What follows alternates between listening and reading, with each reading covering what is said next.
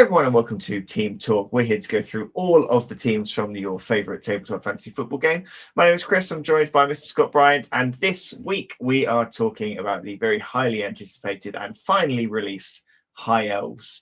If you thought that all the other elven races were above everyone else, you wait until you see the High Elves and how much they lord above even all of those other elf races. It's been a long time coming, this elf side. Scott, we've been waiting on them for a while. We wondered what changes they were going to make. If you are new to the game of Blood Bowl, or you just fancy a new challenge, why should you pick up this new High Elf team? High Elves, Chris, they combine lots of the legendary bullshittery that is familiar for all elf players and all elf opponents as well. They have their ridiculous edge too, but not just with that sophisticated level of dodginess.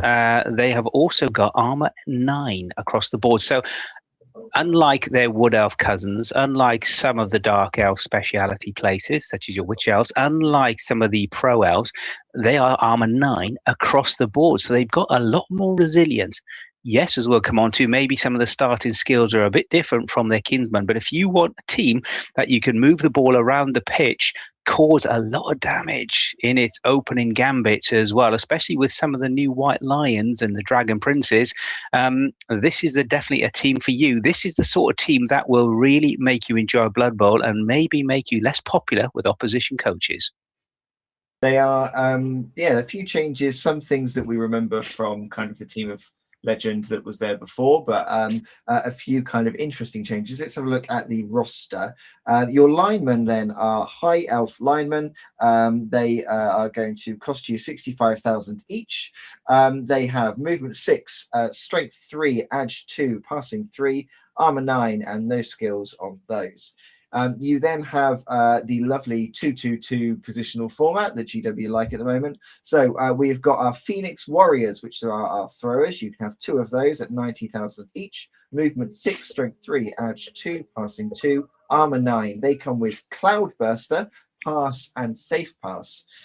You then have your White Lions, which are your blitzers. You can have 2 of those for 110,000 each. Movement 7, strength 3, edge 2, passing 3, armor 9, claws and wrestle on those positionals. And then you have your Dragon Prince, which is your runners / blitzers. I think one of the first positionals that we're seeing that have 2 different sub kind of categories under them. They're not just one or the other. They are runners and blitzers. 2 of those, they cost you 110,000. Movement 8, strength 3, edge 2, passing 4, armor 9. They come with block, my ball, and steady footing. Rerolls of 50,000 with this team, and you can take an apothecary.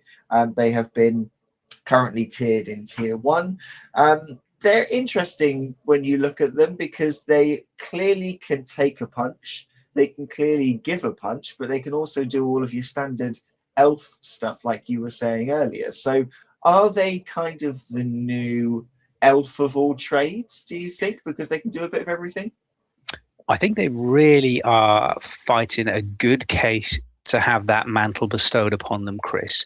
The linemen, yeah, they're 65k. They're the same as all other elf linemen. They're the same in terms of movement as your pro elves and your dark elves. However, they have the armor 9. Yes, they might be 1 square shorter than your wood elf lineman, but how many times as a wood elf coach have you seen your opposition roll an 8 and you think, if it was only 1 more? So having that extra AV is really, really cool for these guys as well.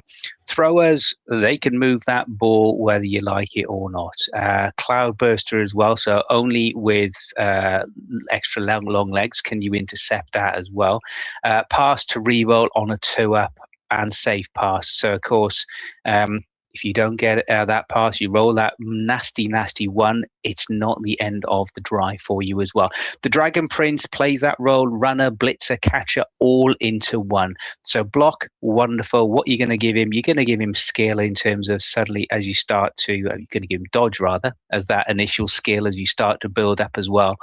And then with my ball, okay, he's going to get punched a bit, but again, armor 9 and steady footing, 1 in 6. He's not going to go down. So just to turn the screw and infuriate your oppositional coach a little bit more. And the White Lions these guys are going to be filth. These guys claws and wrestle. So claws is basically destroying anything and everything on an 8. Wrestle, they will take everything down. Yes, you've got to be mindful of wrestle. You don't want to be on the floor when there's too many snotlings or gobbos on the pitch. However, the opportunities with the White Lions, you can put dodge on there as you want to, of course. You can put break tackle, so you'll be sneaking into cages on a 5-up as well. It really, really is good. You put frenzy on them, it gives you another level in terms of insanity. So if you were to put frenzy and tackle on this piece and strip ball, there's not a lot getting away from your White Lions as well. 50k, as you said, Chris, with the rerolls, like all their other elven kin as well. And really, it gives you a lot of movement around the pitch, a lot of agility, and again, it gives you that solidity as well. So you can start to go toe to toe with all of those bash teams. Are they the future meta in the making?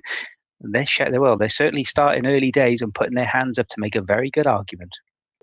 So this is maybe the slightly controversial thing with them is if you have bought the Spike magazine, or if you're watching this at a point where a new almanac has come out and you see the details in there about the High Elves, is that the 1 million roster or the suggested build is more linemen than you actually get in a box because of the value. So what do you get for 1 million with this team? Because those positions they're all quite expensive. The rerolls are cheap, but everything else is quite expensive.